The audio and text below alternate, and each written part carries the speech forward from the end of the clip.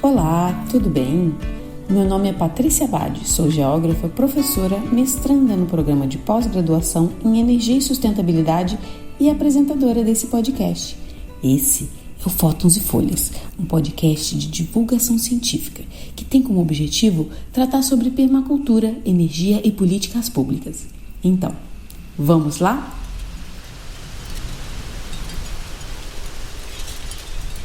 Nós estamos aqui contando uma história de duas pessoas que se encontraram num período de grandes mudanças mundiais e criaram algo juntos, refletindo o que o mundo estava passando, repensando a relação entre o ser humano e a natureza.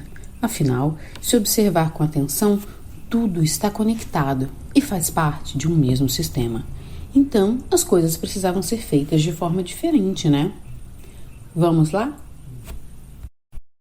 Bom, iniciamos nosso trajeto. Bill Mollison e David Holmgren já se conhecem, trabalharam juntos, criaram a permacultura e publicaram seu primeiro livro, Permaculture One. E agora? O que acontece após um momento assim em que criamos algo importante para nós? Qual é o próximo passo? Finais e novos começos. Decisões a serem tomadas? E o que significa observe e interaja no meio disso?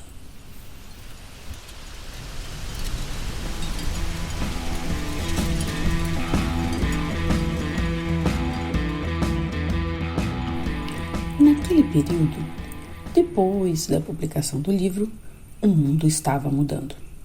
E mudar era algo necessário. Tantos acontecimentos, era tudo ao mesmo tempo, sabe? A crise do petróleo, a guerra do Vietnã, tecnologias como o microprocessador começavam a se desenvolver. A contracultura questionava a forma como as coisas eram feitas e levava as pessoas para mais perto do que costumamos chamar de natureza. Uma nova percepção das coisas, o fato de saber que se ficarmos só extraindo, cortando, consumindo, sem cuidados, até a última partezinha, sem dar o necessário tempo de reposição da natureza, os materiais naturais que nós humanos necessitamos para a nossa vida, eles vão se esgotar.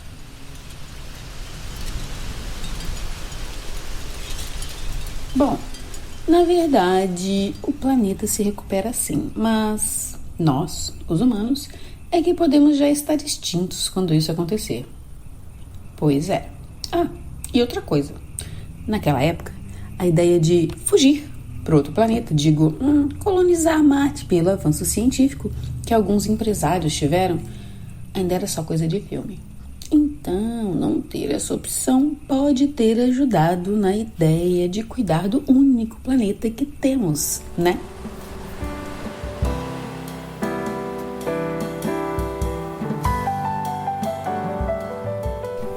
Nesse contexto, antes mesmo da finalização de Permaculture One, Bill Mollison já palestrava sobre permacultura pela Austrália.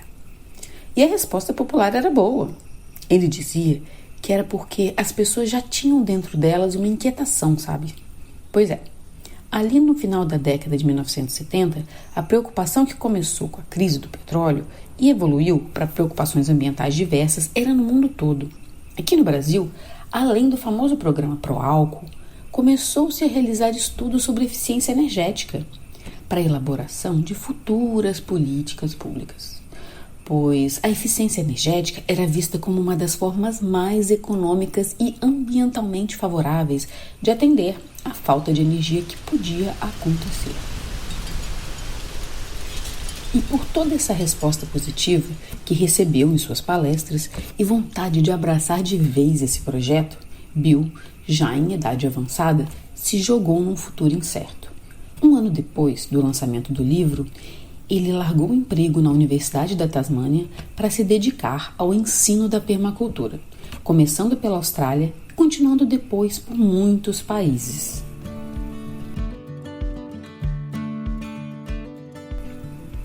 Em reconhecimento por seu trabalho, em 1981, ele recebeu o Right Livelihood Award, chamado por alguns de Prêmio Nobel Alternativo.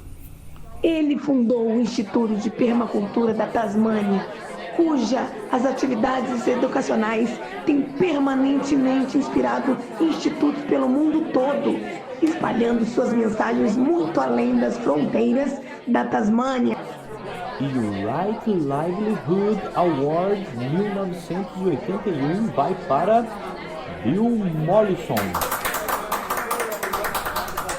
Essa premiação foi criada após a Fundação Nobel, sim, essa mesma do famoso Prêmio Nobel, ter recusado a proposta de criação de 2 novos prêmios para homenagear indivíduos empenhados na promoção de justiça social e das causas ambientais.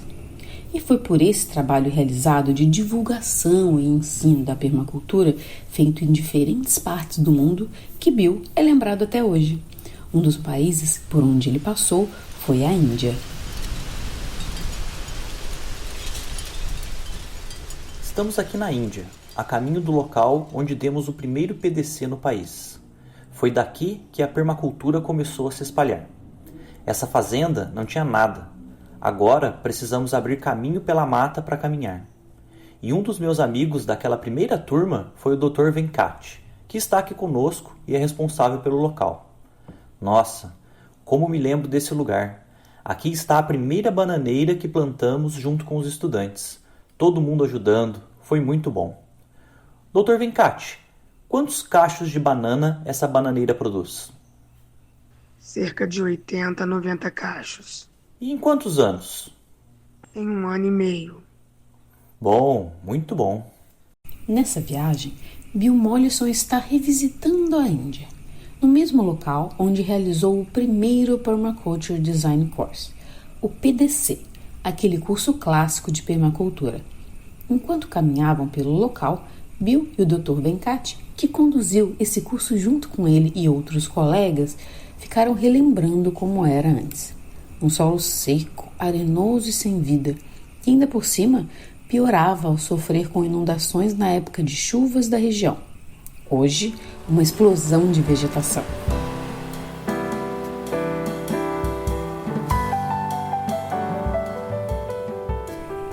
Foi justamente nesse primeiro PDC realizado na Índia que Gangama, uma aluna, acabou fazendo história. Enquanto os professores planejavam as atividades do dia seguinte, ela e os colegas observavam atentos. Os professores já haviam decidido que no centro da horta haveria um círculo de bananeiras, que também poderia ser substituído por um tanque de peixes ou um galinheiro.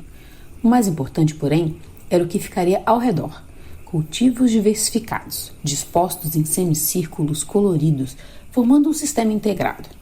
O objetivo era simples: aproveitar ao máximo os nutrientes gerados no centro, reduzindo a necessidade de manutenção, os custos com adubos e transporte, além de diminuir o gasto energético da horta como um todo. Foi então que, ao ver o desenho sendo finalizado, Gangama exclamou: "Olhem, é uma mandala!" E assim, ela deu nome a uma das técnicas mais utilizadas da permacultura, a horta mandala.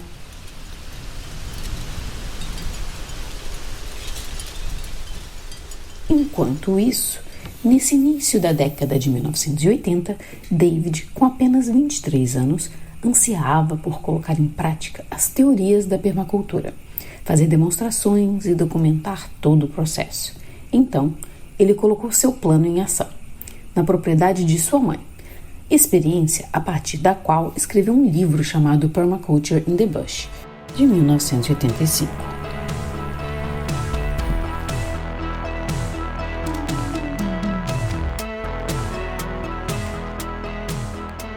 E em pouco tempo, ele foi fazer o design de seu próprio cantinho, Meliodora, uma propriedade de 1 hectare, cujo nome vem de uma árvore muito boa para a produção de mel e que em latim significa odor de mel.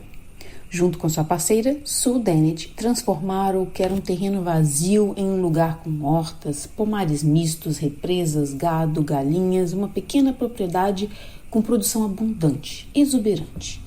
Eles também cuidam das terras públicas próximas, fizeram a revegetação da mata ciliar dos riachos e hoje, David e Sue as visitam com frequência para passeios com os animais.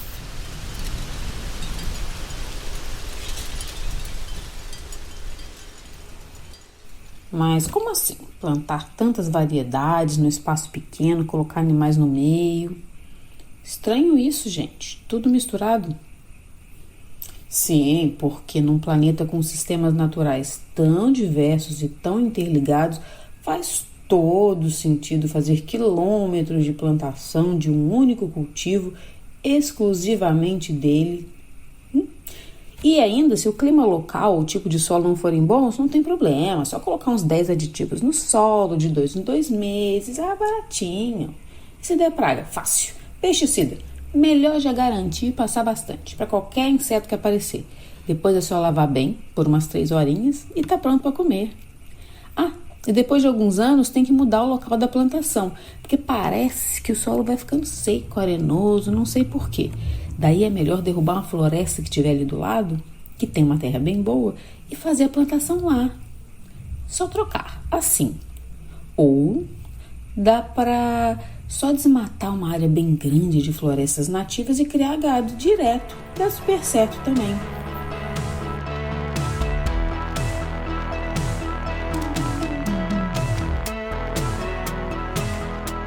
Além dos cultivos e criações de animais, lá em Meliodora, David e Sue também construíram sua casa. Afinal, precisavam de um lugar para morar, né? Eles usaram a bioconstrução. Antes de tudo, observaram o terreno, o clima, os ventos e planejaram com cuidado. Aproveitaram a posição do sol nos pontos certos, usaram ventilação cruzada, que é colocar janelas e portas em locais estratégicos para que o ar tenha boa circulação, e plantaram em lugares estratégicos ao redor da casa.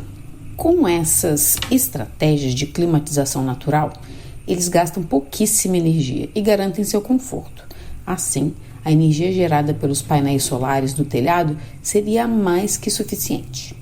Com o tempo, ainda construíram mais 2 casas no terreno. Uma para a mãe de David, que foi morar com eles, e outra onde mora uma ilustradora de livros que trabalha com o casal. Todas seguem o mesmo princípio: observar o terreno para aproveitar o que a natureza oferece e garantir eficiência energética.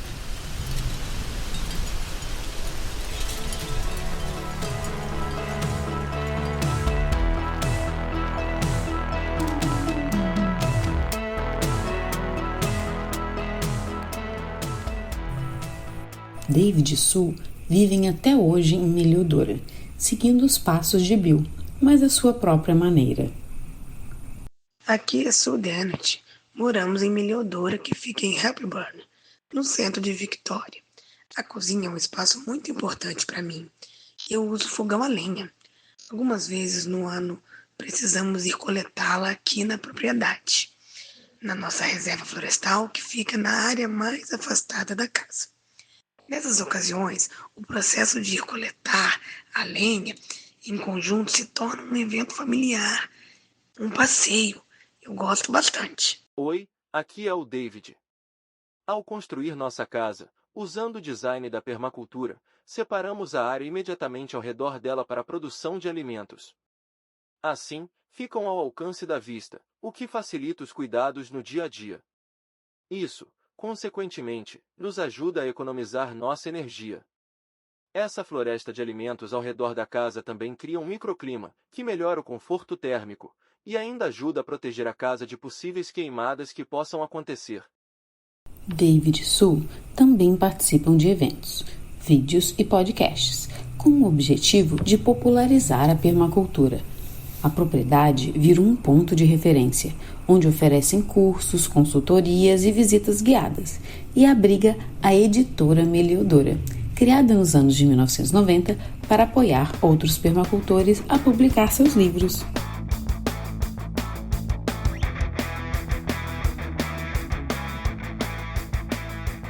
E o Holmgren, assim como Mollison, também foi premiado por seu trabalho, pioneiro e contínuo em prol do equilíbrio ambiental e da consciência ecológica.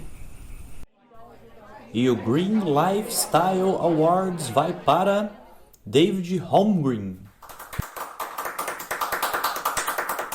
E o Monitor Del Jardino vai para David Holmgren. O Green Lifestyle Awards é um prêmio da revista australiana de mesmo nome. e o Il Monito del Giardino, da Fundação Italiana Parques Monumentais Bardini Peyron. Porém, ele não compareceu a nenhuma das cerimônias. Em vez disso, enviou vídeos de agradecimento, explicando que evitava viajar de avião por causa do impacto ambiental.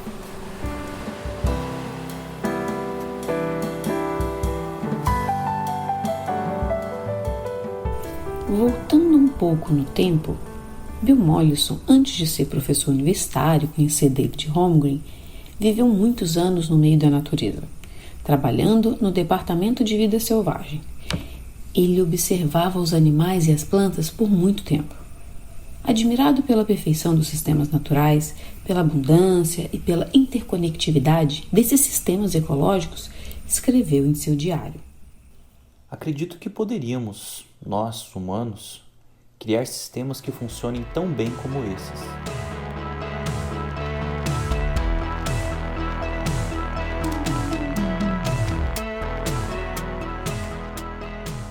Conforme já comentamos no primeiro episódio, no planejamento da permacultura temos as 3 éticas: cuidar da terra, cuidar das pessoas e cuidar do futuro, como ideias raízes de onde crescem os 12 princípios que são como caminhos. E eles são como guias mais práticos, que nos ajudam a refletir sobre nossa interação com o meio ambiente. E o primeiro passo, o primeiro princípio, se chama Observe e Interaja. E o que é Observe e Interaja?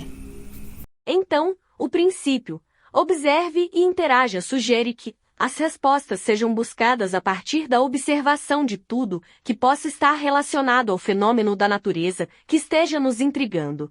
Muitas vezes as soluções são encontradas nessa observação da natureza. Por isso, observar o sistema como um todo, relacionando a interdependência das partes dele, é importante, focando nos detalhes que podem influenciar na mudança do sistema como um todo. Veja só a natureza e seus processos. Tudo ali tem um motivo e gera uma consequência. São verdadeiras lições. Basta observar e aprender. E isso faz toda a diferença. Na natureza, cada processo é ajustado para reduzir desperdícios e aproveitar ao máximo os recursos disponíveis.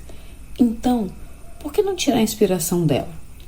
Ao observar, você faz a leitura da paisagem.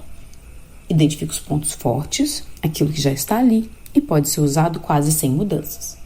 E os pontos fracos, entre aspas, que na verdade são as necessidades que você terá para coabitar o espaço.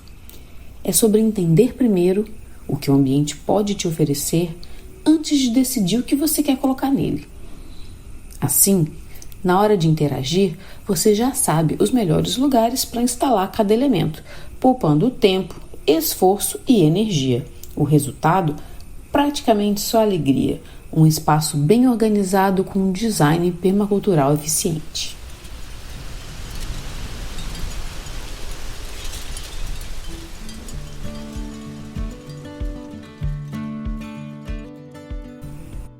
Vale lembrar que na permacultura recomenda-se observar o terreno por um ano inteiro antes de começar a construir ou planejar a paisagem. Isso cria uma intimidade com o lugar, permitindo prever problemas que só aparecem numa manhã de primavera ou depois de 2 dias de chuva forte, por exemplo. Em Meliodora, enquanto cuida das árvores frutíferas na Zona 2, David observa a relação dos animais com as plantas.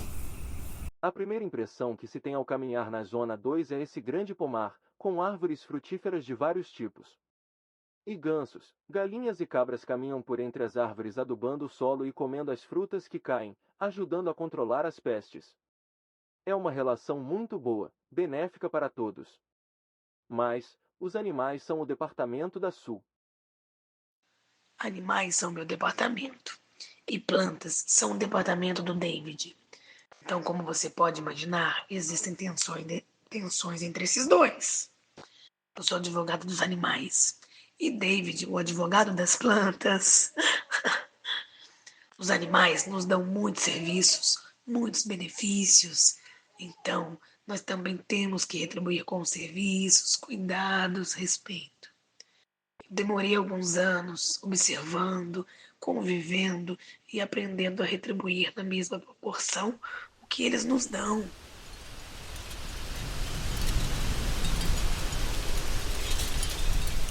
Literalmente, é observar e depois interagir, nessa ordem. Muitas vezes, na pressa de resolver logo os problemas, a gente pula direto para a ação, para a prática, sem um minuto a perder. Seja por ansiedade, empolgação, talvez um traço cultural, um reflexo do ritmo corrido de hoje em dia, quem sabe. Mas essa atitude de tentar, depois tentar de novo, e de novo, até algo dar certo, sem um conhecimento prévio, sem um planejamento, pode ser bem frustrante. E até mesmo mais demorado do que tirar esse momento inicial de observação e reflexão antes da ação em si.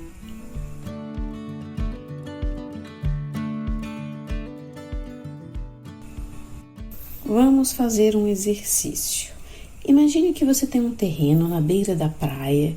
Que delícia, né? Agora você precisa construir sua casa. Onde você construiria? Bem coladinho com o mar, para acordar já com o pé na areia? Pois então, observando o terreno, você vê a linha da maré alta bem marcada na areia. Tem uma vegetação de restinga, algumas dunas, bem pertinho dessa linha. Então, sua casa precisa ficar depois dessa vegetação e dessas dunas, porque quando a maré subir toda noite ou rolar uma tempestade mais braba, adivinha quem que vai proteger sua casa? Pois é, essas dunas e a restinga vão segurar a onda, literalmente.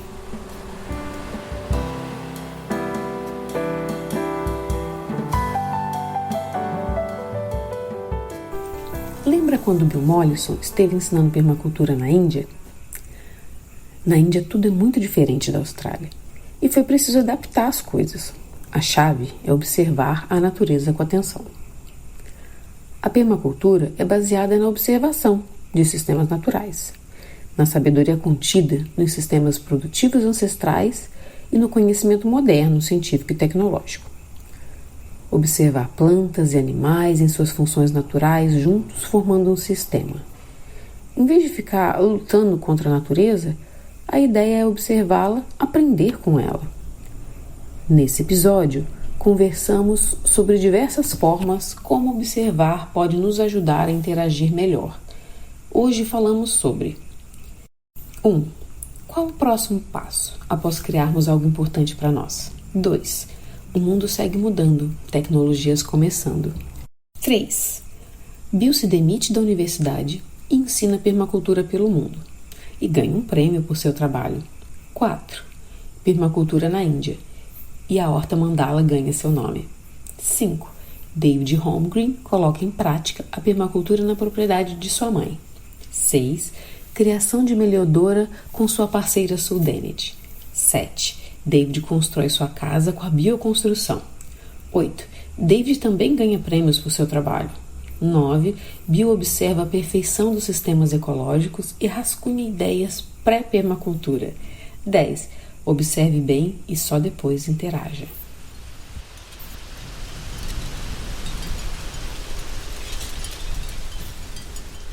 Na observação, podemos ter boas surpresas.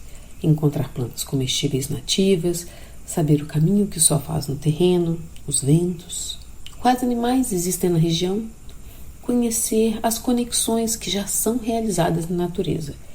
Quanto mais prestamos atenção, mais podemos usufruir da sabedoria da natureza, até mesmo prevendo opções para a resolução dos problemas que podem surgir.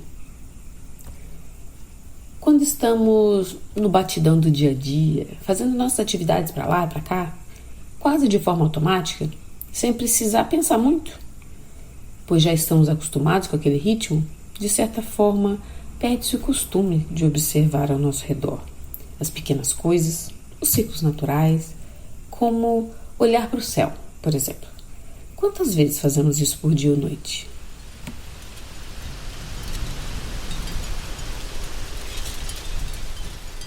Esse foi mais um episódio. Estamos no primeiro passo e precisamos dar o segundo e terceiro, e continuar assim caminho afora, Paramos para observar, refletir e planejar, para fazer nossa interação com cuidado.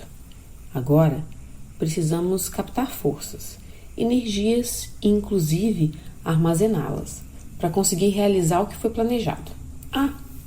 E como precisaremos de energia de diversas formas para tudo, como vamos fazer isso?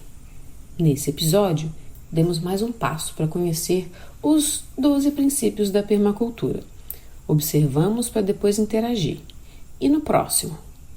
Seguindo no nosso jogo de adivinhação, pense em como responder a pergunta: o que é capte e armazene energia? Lembrando, sem olhar no Google logo de cara. Primeiro pense em como responder a pergunta, depois pode olhar sim. Esperamos você aqui para dar a resposta. Até breve!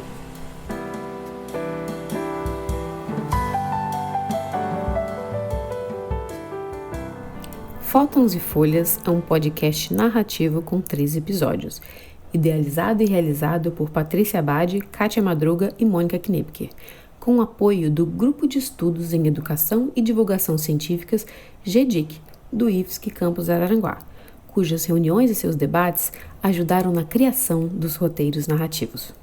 O podcast é realizado como parte da dissertação de mestrado de Patrícia Abad para o Programa de Pós-Graduação em Energia e Sustentabilidade da UFSC Campus Araranguá.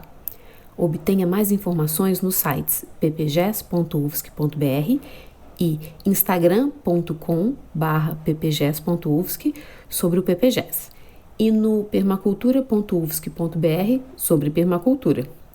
As pesquisas, entrevistas e roteiros são da Patrícia Abad, Kátia Madruga e Mônica Knipker. A produção, apresentação e edição são da Patrícia Abad. As artes que aparecem no podcast são do permacultor e artista Juliano Ricciardi. Música de abertura Open Sky, de Israel Doron. Agradecimentos a Priscila Ferreira, Luiz Ribeiro e a IA pelas locuções adicionais gentilmente realizadas no meio das férias do começo do ano. Agradecimentos ao jornalista Rodrigo Alves, do podcast Vida de Jornalista, da Rádio Guarda-Chuva, pela oficina de podcasts e narrativa em áudio que ajudou bastante na produção do podcast. E aí, gostou do episódio? Compartilhe com pessoas que você acha que vão gostar também. Deixe um comentário nas nossas redes sociais. Muito obrigada e tudo de bom!